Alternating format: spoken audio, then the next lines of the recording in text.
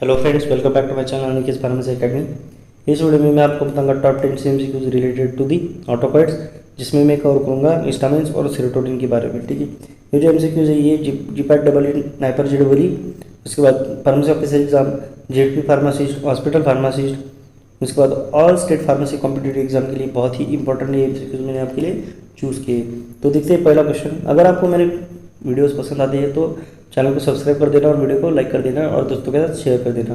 Question number first देखते हैं दोस्तों, which is not a second generation anti histaminic agent. ठीक है, ऐसा कौन सा ड्रग है जो कि second generation anti histaminic agent नहीं है। ठीक है, ऑप्शन देखते हैं। Option A cetirizine, option B cyclizine, option C loratadine, option D fexofenadine. इसका आंसर है दोस्तों ऑप्शन बी साइक्लिजिन। साइक्लिजिन ऐसा ड्रग है जो कि second generation anti histaminic agent नहीं है, तो वो है first generation anti histaminic agent. और जबकि हो गया सेट्रिजिन, लोराटिडिन, फिक्सोफिनाडिन, ये है second generation anti histaminic agent. ठीक है, तो इसके जो फर्स्ट जनरेशन होता है और जो second generation anti histaminic agent होता है वो किंग बेसिस पे किंग कैरेक्टरिस्टिक पे डिफ्रेंशिएट किया जाता है। तो फर्स्ट कैरेक्टरिस्टिक है दोस्तों सीएनएस पेनिट्रेशन, और सेकंड कैरेक्टरिस्टिक है दोस्तों anti cholinergic property. First characteristic और सेकंड कैरेक्टरिस्टिक मतलब जो दोनों पैरामीटर्स होते हैं BBB क्रॉस करना और एंटी कोलिनर्जिक प्रॉपर्टी, वो दोनों में ये दोनों अगर जिस ड्रग में होता है उसे कंसिडर किया जाता है फर्स्ट जनरेशन। ठीक है, फर्स्ट जनरेशन जो होता है वो हाईली सेडेटिव होता है, मतलब वो मेडिसिन लेने से बहुत ही सेडेशन होता है, नींद आती है। ठीक है, और जो सेकंड जनरेशन होता है उसमें ये दोनों कैरेक्टरिस्टिक नहीं होते, ये दोनों पैरामीटर नहीं होते। ठीक है, इस वजह से ये लेस सेडेटिव होता है as compare to first generation. तो इसमें एक क्वेश्चन क्या है कि कौन सा ऐसा ड्रग है जो कि second generation anti histaminic agent नहीं है। तो उसका आंसर है दोस्तों साइक्लिजिन, क्योंकि साइक्लिजिन है first generation anti histaminic agent. ठीक है, नेक्स्ट क्वेश्चन देखते हैं दोस्तों, a peptide that causes increased capillary permeability and oedema is. ऐसा कौन सा पेप्टाइड है जो कि कैपिलरी परमेबिलिटी को इंक्रीज करता है और साथ ही साथ इडिमा कॉज करता है। ठीक है, ऑप्शन देखते हैं दोस्तों। Option A histamine, option B angiotensin second, option C bradykinin और ऑप्शन डी रेनिन। तो इसका आंसर है दोस्तों ऑप्शन सी ब्रेडिकाइनिन। ध्यान से पढ़ना, ऑप्शन भी पढ़ना और क्वेश्चन भी पढ़ना। क्वेश्चन क्या पूछा है कि ऐसा कौन सा पेप्टाइड है जो कि इंक्रीज्ड कैपिलरी परमेबिलिटी दिखाता है और इडिमा शो करता है। उन्होंने पूछा है पेप्टाइड कौन सा है। ठीक है, उन्होंने अगर अमाइन पूछा होता तो हिस्टामाइन आता, और अगर पेप्टाइड पूछा होता तो ब्रेडिकाइनिन आता। ठीक है, हिस्टामाइन और ब्रेडिकाइनिन दोनों भी इडिमा कॉज करते हैं। ठीक है, लेकिन उन्होंने पूछा है पेप्टाइड के बारे में तो आंसर आएगा ब्रेडिकाइनिन। और अगर वो पूछेंगे अमाइंस के बारे में तो histamine is the correct answer. ठीक है, इसका आंसर है दोस्तों ब्रेडिकाइनिन, आपको पता है। ठीक है, पेप्टाइड के बारे में पूछा है। नेक्स्ट क्वेश्चन क्या है, एर्गोमेट्रिन इज कॉमनली यूज्ड फॉर।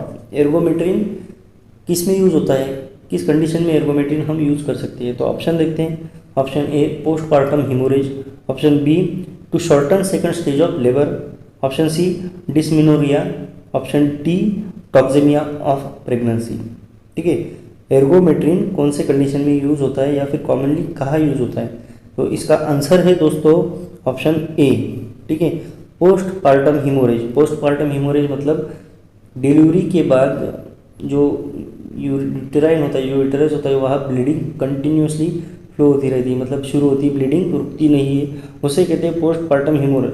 तो पोस्टपार्टम हिमोरेज को कंट्रोल करना या फिर उसे प्रिवेंट करने की जो एबिलिटी होती है वो इस ड्रग में होती है एर्गोमेट्रिन में। ठीक है, और साथ ही साथ जो सीजर होता है, जो लेडीज़ का सीजर होता है, सीजरियन सेक्शन होता है, तो उसमें होता क्या है कि कुछ टाइम में जो यूटेराइन होता है, जो गर्भाशय होता है, वो कॉन्ट्रैक्ट नहीं हो पाता है या फिर वो फेल हो जाता है कॉन्ट्रैक्ट होने में। तो इस कंडीशन में भी एर्गोमेट्रिन यूज़ करते हैं। ठीक है, नेक्स्ट क्वेश्चन देखते हैं दोस्तों क्या है। Question number 4, the H3 receptor agonist exhibits all of the following action except. मतलब H3 रिसेप्टर अगोनिस्ट जो होते हैं वो सारे के सारे जो एक्शंस होते हैं वो फॉलो करते हैं एक्सेप्ट पूछा है, मतलब ऐसे कौन सा एक्शन है जो कि H3 रिसेप्टर अगोनिस्ट नहीं फॉलो करता। ठीक है, option A inhibition of H1 receptor induced wakefulness, option B increase in H1 mediated gastrin secretion, option C inhibition of H1 mediated bronchoconstriction, या फिर option D negative chronotropic effect of atria. ठीक है, इसका correct answer है दोस्तों option B. ठीक है, option B increase in H1 mediated gastrin release. ये जो एक्शन है ये H3 रिसेप्टर नहीं करता, ये H2 रिसेप्टर का करता है। तो और H3 रिसेप्टर ज़्यादातर प्री सिनेप्टिक होते हैं और वे हिस्टामिन के रिलीज को इनहिबिट करते हैं। ठीक है, H3 रिसेप्टर्स इकलौते ऐसे रिसेप्टर्स होते हैं जो हिस्टामिन को रिलीज होने से रोकते हैं, और इन रिसेप्टर्स को ब्लॉक करने वाले ड्रग्स जैसे कि पिटोलिसेंट और उसका एक्टिव मेटाबोलाइट है टिप्रोलिसेंट। ठीक है, pitolisant is the drug which block the H3 receptor to cause wakefulness. मतलब हिस्टामिन रिलीज इंक्रीज करने के लिए ये पिटोलिसेंट H3 रिसेप्टर को ब्लॉक करता है, जिसकी वजह से वेकफुलनेस होता है।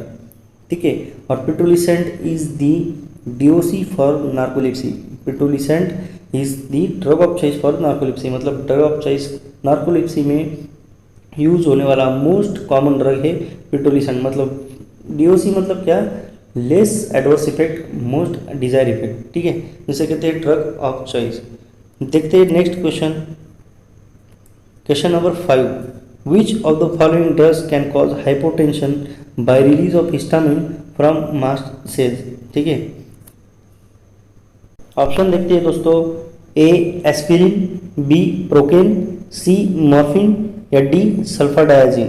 ठीक है, ऐसे कौन से ड्रग है जो कि हाइपोटेंशन कॉज करते हैं हिस्टामिन रिलीज करने के साथ साथ मास्ट सेल से। ठीक है, उसका करेक्ट आंसर है दोस्तों सी मॉर्फिन।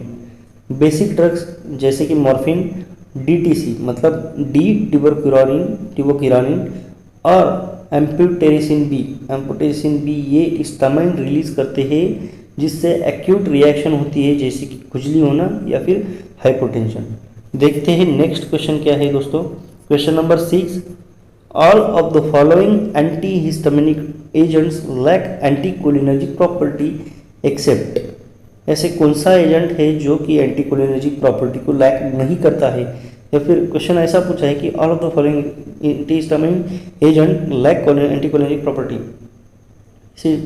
सब के सब एजेंट है जो कि एंटी हिस्टामिनिक एजेंट है जो कि लैक एंटीकोलिनर्जिक प्रॉपर्टी में लैक होते हैं, या फिर उनमें एंटीकोलिनर्जिक प्रॉपर्टी नहीं होती, एक्सेप्ट मतलब पूछा है कि ऐसा कौन सा ड्रग है एंटी हिस्टामिनिक एजेंट जिसमें कि एंटीकोलिनर्जिक प्रॉपर्टी होती है। तो option A promethazine, option B astemizole, option C levocetirizine और ऑप्शन डी लोराटिडिन। तो इसका करेक्ट आंसर है दोस्तों ऑप्शन ए प्रोमिथाजिन। ठीक है, क्यों, क्योंकि प्रोमिथाजिन है H1 ड्रग और first generation anti histaminic drug, और जो एस्टिमिजोल है, लियोसिट्रिजिन है, लोराटिडिन है, ये सब है second generation anti histaminic drug. इनके बारे में मैंने आपको पहले ही क्वेश्चन में बताया था, डिफरेंस मैंने आपको समझाया था। ठीक है, देखते हैं अगला question, question number 7, the drug possessing antagonistic action at histamine, serotonin and muscarinic receptor is। मतलब ऐसा कौन सा ड्रग है जो कि तीनों रिसेप्टर पे एंटागोनिस्टिक एक्शन शो करता है। Option A promethazine, option B terfenadine, option D cyproheptadine, option D hydroxyzine. ठीक है, तो इसका करेक्ट आंसर है दोस्तों सी। ठीक है, क्या आंसर है, सी सिप्रोहेप्टाडिन इज द करेक्ट आंसर।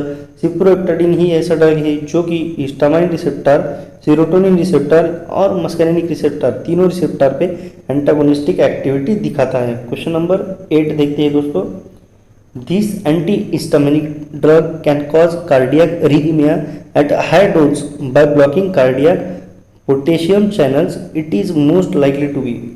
मतलब ऐसा है एंटी हिस्टामिनिक ड्रग जो कि कार्डियक एरिथमिया कॉज करता है, जब कब करता है, जब उस ड्रग का हाई डोज देने के बाद। ठीक है, कैसे करता है, जब कैसे करता है कि पोटेशियम चैनल को ब्लॉक करके। मतलब ऐसा कौन सा एंटी हिस्टामिनिक ड्रग है जो कि कार्डियक एरिथमिया उसके हाईली डोज पे और पोटेशियम चैनल ब्लॉक करने के बाद शो करता है। ठीक है, तो ऑप्शन है दोस्तों A levocetirizine, option B fexofenadine, option C astemizole, option D loratadine. ठीक है, इसका मैं आंसर आपको बता देता हूँ, ऑप्शन सी एस्टिमिजोल। ठीक है, अभी जानते हैं इसका आंसर और उसके बारे में, ठीक है।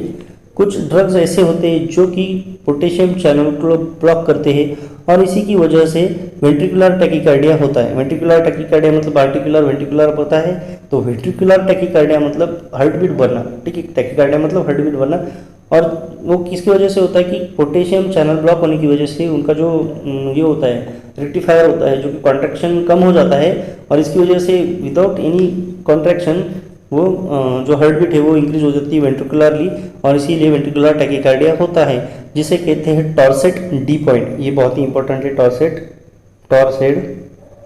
डी पॉइंट, ठीक है। टॉर्सेट डी पॉइंट होता है यही है कि पोटेशियम चैनल ब्लॉक होने की वजह से वेंट्रिकुलर टैकीकार्डिया होता है, ठीक है।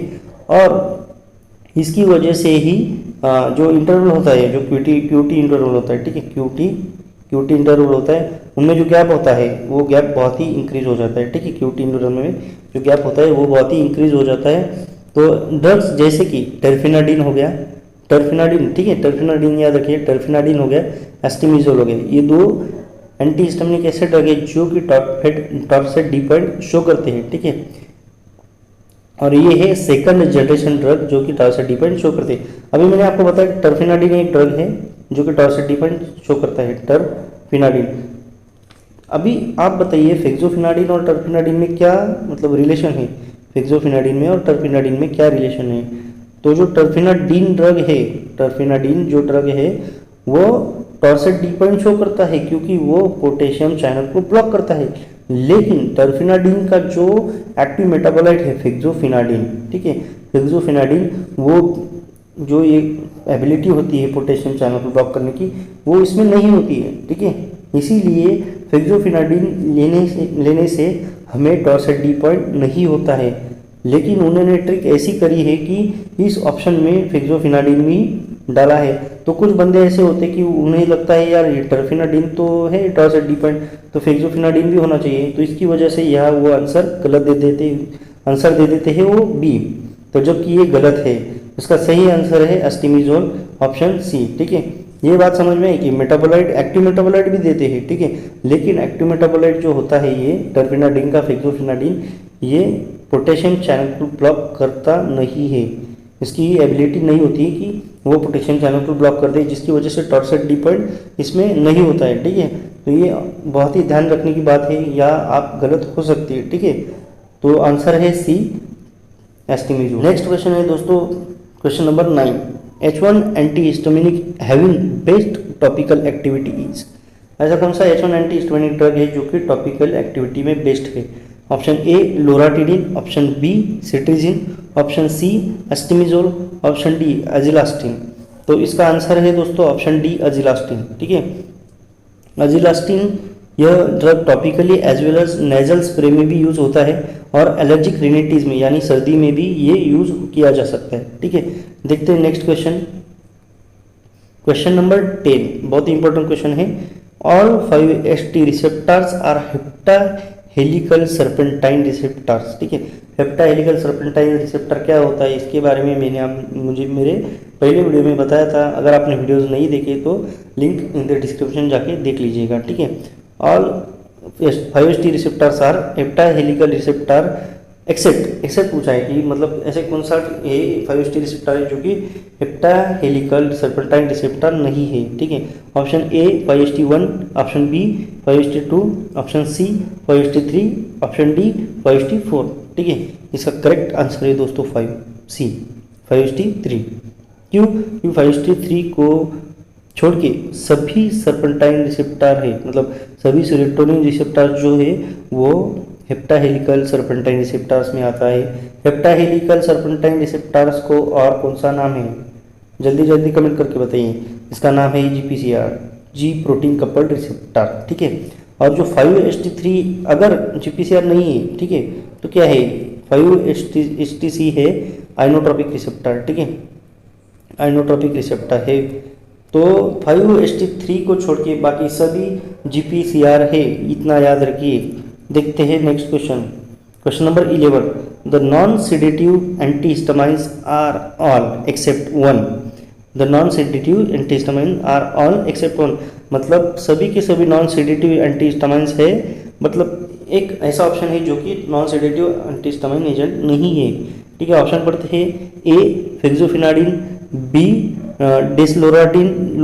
डेस्लोराटिडिन, सी लियोसिट्रिजिन, डी सिनारिजिन। ठीक है, तो इसका आंसर है दोस्तों डी, करेक्ट आंसर है डी। ठीक है, करेक्ट आंसर है डी सिनारिजिन, क्योंकि सब ड्रग्स है सेकंड जनरेशन के और सिनारिजिन है फर्स्ट जनरेशन का। देखिए ऑप्शन कैसे पूछते हैं, ऑप्शन पूछने की जो एबिलिटी होती है वो देखिए कैसे। उन्होंने पूछा क्या कि नॉन सेडेटिव एंटीहिस्टामिनिक कौन से है एक्सेप्ट, मतलब ऐसा बहुत से, मतलब ये ऑप्शन में जो ड्रग्स है वो सभी के सभी नॉन सेडेटिव एंटीहिस्टामिनिक है, लेकिन देखिए समझ लीजिए नॉन सेडेटिव एंटीहिस्टामिनिक ड्रग पूछने की उनकी मतलब पर्पज़ क्या है, उनको सीधा सीधा पूछना है कि सेकंड जनरेशन ड्रग है, सब सेकंड जनरेशन है, लेकिन इनमें से ऐसा कौन सा ड्रग है जो कि फर्स्ट जनरेशन है।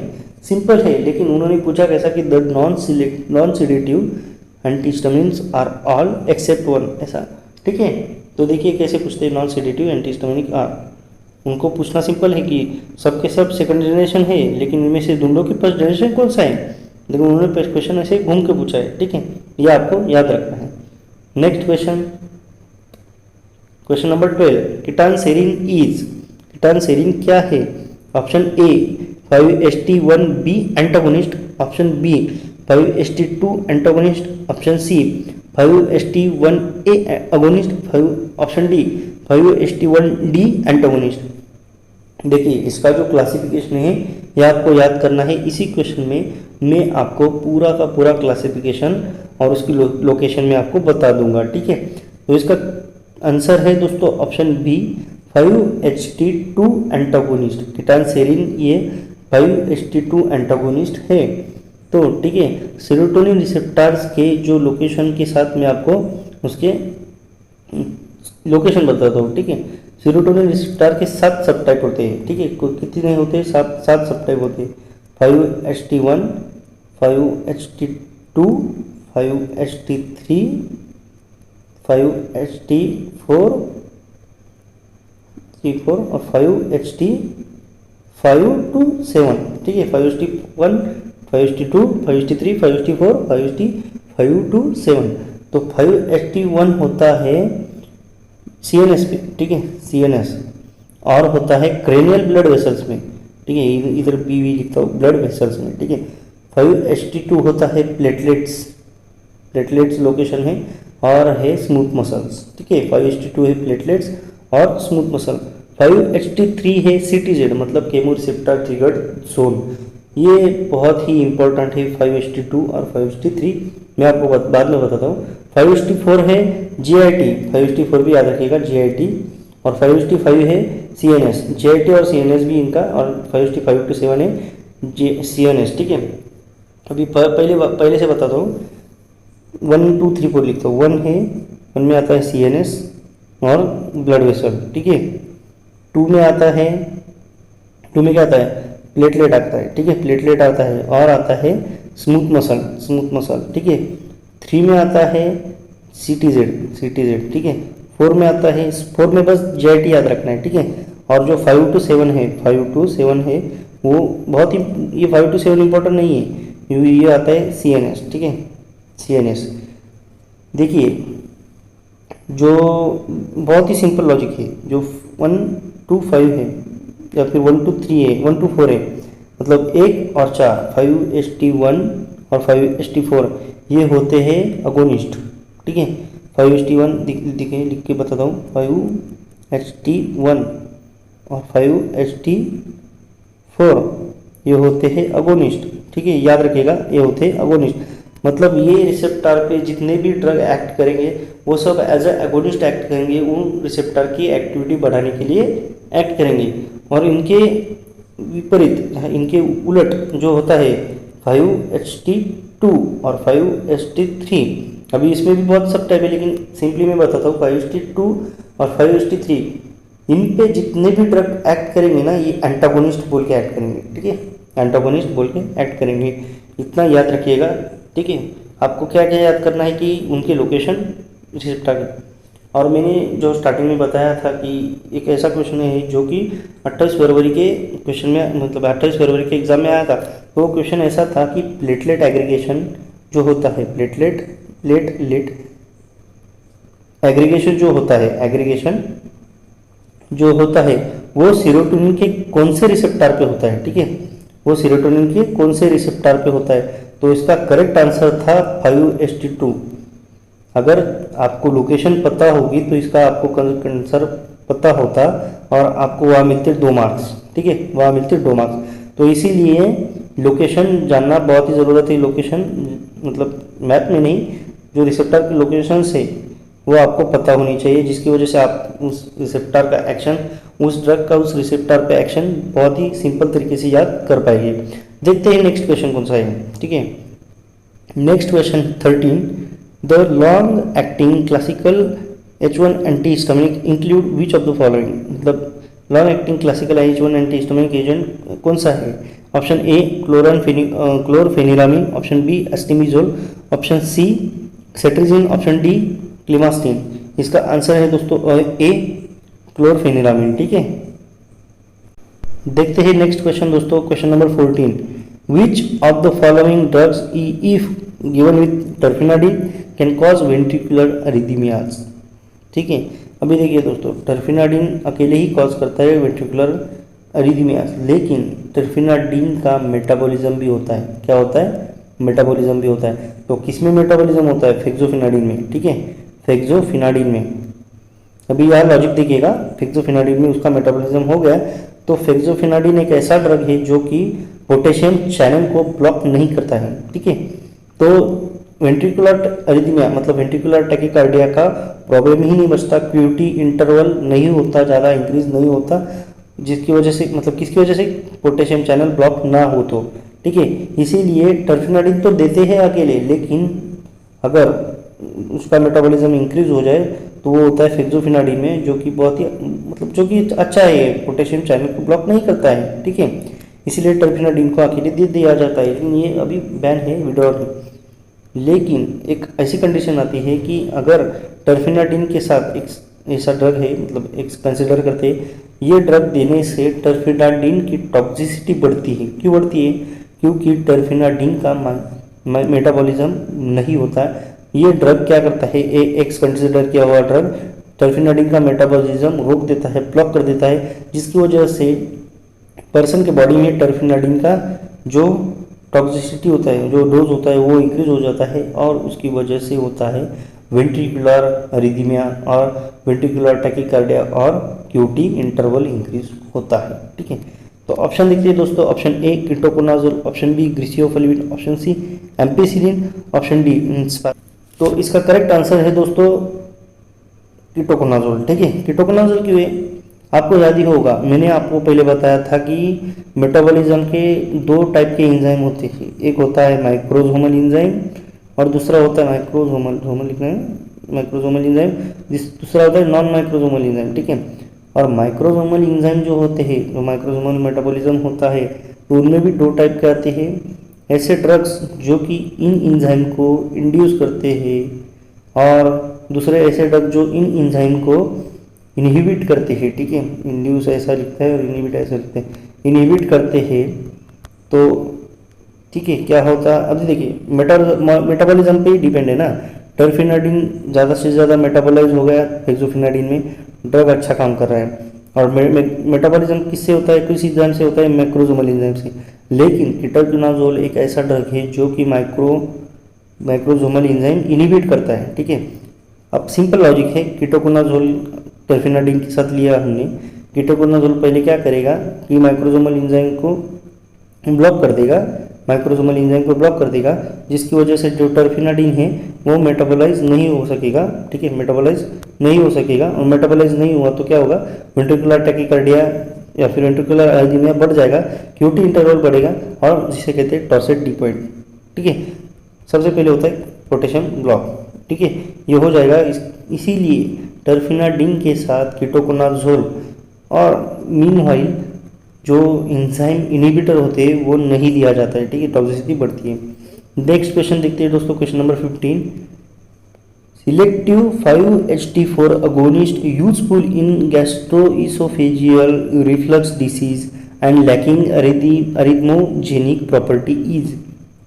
Option A buspirone buspirone, option B sumatriptan, option C cisapride, option D tegaserod. अभी अगर आपको क्वेश्चन समझ में आया है ना तो कमेंट में बताइए आंसर क्या है। ठीक है, क्वेश्चन ये है कि 5HT4 अगोनिस्ट इनमें से दिया हुआ 5HT4 अगोनिस्ट जो कि सिलेक्टिव है, सिलेक्टिव 5HT4 अगोनिस्ट ऐसा है जो कि गर्ड में यानी गैस्ट्रोइसोफेगल रिफ्लक्स डिसीज में यूज होता है, बट उसमें ये जो अरिथमोजेनिक प्रॉपर्टी होती है वो नहीं होनी चाहिए। ठीक है, अरिथमोजेनिक प्रॉपर्टी नहीं होनी चाहिए। तो इसका करेक्ट आंसर है दोस्तों डी टेगासेरॉन। देखिए होता क्या है, टेगासिस, देखिए अभी देखिए यहाँ सीस्प्राइड और टेगासेरॉन दोनों भी 5HT4 अगोनिस्ट है, दोनों भी सिलेक्टिव 5HT4 अगोनिस्ट है, पर सीस्प्राइड पोटेशियम चैनल ब्लॉक करता है। क्या करता है? पोटेशियम चैनल ब्लॉक करता है, जिसकी वजह से टॉर्सेट डिपॉइंट होने की और as well as QT interval बढ़ने की चांसेस बहुत ज़्यादा होते हैं, वेंट्रिकुलर टैकीकार्डिया हो सकता है। तो इसमें क्या आया, अरिथमोजेनिक प्रॉपर्टी आया कि नहीं सीस्प्राइड में। ठीक है, तो cisapride can also be use in GERD, but not it is not lacking that arithmogenic property.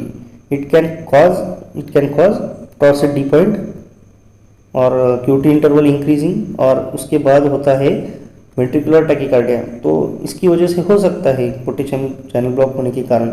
तो इसीलिए टेगासेरॉन यूज होता है सिलेक्टिव 5HT4 एगोनिस्ट में। लेकिन ट्विस्ट इधर आता है कि टेगासेरॉन को फिर भी बैन किया गया। क्यों?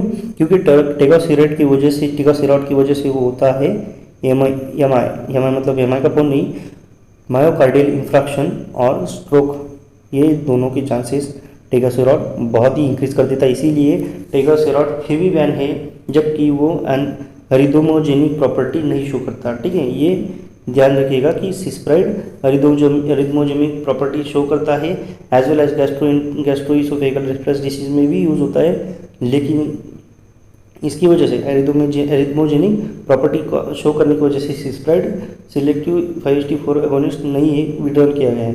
और जो टेगासेरॉन है वो गर्ड में यूज होता है और लैकिंग भी करता है अरिथमोजेनिक प्रॉपर्टी, फिर भी वो बैन है क्योंकि वो एमआई शो करता है और स्ट्रोक शो करता है, मतलब उसका जो रिस्क है वो इंक्रीज कर देता है। ठीक है, बढ़ते हैं नेक्स्ट क्वेश्चन की तरफ। Question number 16, anti histaminic used in motion sickness. ऐसा कौन सा एंटी हिस्टामिनिक ड्रग है जो कि मोशन सिकनेस में यूज होता है? Option A cetirizine, option B meclizine, option C diphenhydramine, option D fexofenadine. ठीक है, तो इसका करेक्ट आंसर है दोस्तों ऑप्शन सी। क्यों? क्योंकि डाइफेनाइड्रामाइन और प्रोमिथाजिन ये दोनों ऐसे ड्रग है जो कि एंटीकोलिनर्जिक एक्टिविटी और बीबीबी क्रॉस मतलब सीएनएस पेनिट्रेशन की जो एक्टिविटी वो मैक्सिमम लेवल तक ले जा सकते हैं, इसीलिए वो मोशन सिकनेस में यूज होते हैं। ठीक है, ज़्यादा इफेक्टिव है कि कौन से, डाइफेनाइड्रामाइन और प्रोमिथाजिन। ठीक है, देखते हैं नेक्स्ट क्वेश्चन क्या है। Ondansetron is a potent. ठीक है, ओंडेनसेट्रॉन क्या है? Ondansetron is a potent, A antiemetic, B anxiolytic, C analgesic, D antidepressant. तो इसका करेक्ट आंसर है दोस्तों ए एंटीइमेटिक। ओंडेनसेट्रॉन एंटीइमेटिक है। ओंडेनसेट्रॉन, ग्रेनिसेट्रॉन ये ड्रग्स 5HT3 रिसेप्टर एंटागोनिस्ट है। 5HT3 का लोकेशन है CTZ मतलब केमोरिसेप्टर ट्रिगर जोन, और केमोरिसेप्टर ट्रिगर जोन ट्रिगर होने के बाद इमिसिस या फिर वोमिटिंग कॉज करता है। ठीक है, और इसे सप्रेस करने के लिए ओंडेनसेट्रॉन, ग्रेनिसेट्रॉन का use as a emetic anti drug use होता है। ठीक है, देखते हैं next question. Question number 18, fexofenadine is a metabolic product of, simple है टी टर्फेनाडिन। अभी मैंने 2-3 बार बताया कि टर्फेनाडिन का एक्टिव मेटाबॉलाइट है फेक्सोफेनाडिन, जो कि कैल्शियम चैनल ब्लॉक नहीं करता, इसकी वजह से फेक्सोफेनाडिन यूज किया जाता है। ठीक है, नेक्स्ट क्वेश्चन है सीस्प्राइड यूजफुल इन, सीस्प्राइड क्या में यूजफुल है? ठीक है, अभी बताया मैंने गैस्ट्रोइसोफेगल रिफ्लक्स डिसीज में सीस्प्राइड यूज है। अगर आपको GERD मतलब गर्ड नहीं पता है, मैं आपको बता दूं गर्ड क्या है। ठीक है, नॉर्मल कंडीशन में जो होता है, जो गैस्ट्रिक मतलब गैस्ट्रिक जो HCl होता है, जो एसिड होता है, स्टमक एसिड होता है, वो सिंपली स्टमक में ही होता है, स्पिंक्टर में ही होता है। लेकिन गर्ड में होता क्या है, ये जो एसिड है वो रिटर्न आता है, रिफ्लक्स होता है, स्पिंक्टर ओपन होता है और गर्ड इसोफेगस में आता है, मतलब फूड पाइप में आता है। इसकी वजह से होता है हार्ट बर्न होता है और एसिडिटी का लेवल बहुत ही ज़्यादा होता है। और ये कैसे पहचाने कि एक हफ्ते में दो से तीन बार एक पर्सन को एसिडिटी अगर होती है तो उसे GERD की बीमारी है, ठीक है, गैस्ट्रोइसोफेगल रिफ्लक्स डिसीज है। होता ऐसा है कि जो स्टमक एसिड है वो आता है इसोफेगस में रिटर्न, वो ऊपर रिटर्न ढकेला जाता है जबकि स्फिंक्टर ओपन होता है, ठीक है, तो इसे कहते हैं गैस्ट्रोइसोफेगल रिफ्लक्स डिसीज। इसे ट्रीट करने के लिए सिस्प्राइड, मोसाप्राइड, उसके बाद ये इम्प्लाटिकासेरॉइड, ये ड्रग यूज होते हैं, ठीक है। तो नेक्स्ट और सबसे आखिरी क्वेश्चन, ठीक है, इस वीडियो का सबसे आखिरी क्वेश्चन है, selective 5-HT1BD 1B/1D receptor agonist useful in acute migraine is. Simply देखिए दोस्तों, 5HT लिखा गया, HT1BD। अभी ये BD क्या है, अभी ये देखिए 5HT1BD और दूसरा है 5HT1A। 5HT1A में क्या होता है, इसमें यूज होते हैं एंटी हाइपरटेंसिव ड्रग बुस्पिरॉल, ठीक है, एंटी हाइपरटेंसिव ड्रग ए में यूज होते हैं एंजाइटी के लिए, ये करने के लिए एंटी हाइपरटेंसिव ड्रग, ठीक है। और दूसरे बाद 5HT1BD में होते हैं, सब होते हैं माइग्रेन में यूज होते हैं, ठीक है, माइग्रेन में यूज होते हैं। आपको बताया था 1-4 अगोनिस्ट है और 1-2-3 एंटागोनिस्ट है, ठीक है, तो 1-4 अगोनिस्ट है, 2-3 एंटागोनिस्ट है। तो 1-4 में जो ड्रग्स यूज होते हैं वो होते हैं, एक तो एंजाइटी कम करने के लिए होते हैं और माइग्रेन कम करने के लिए होते हैं, ठीक है।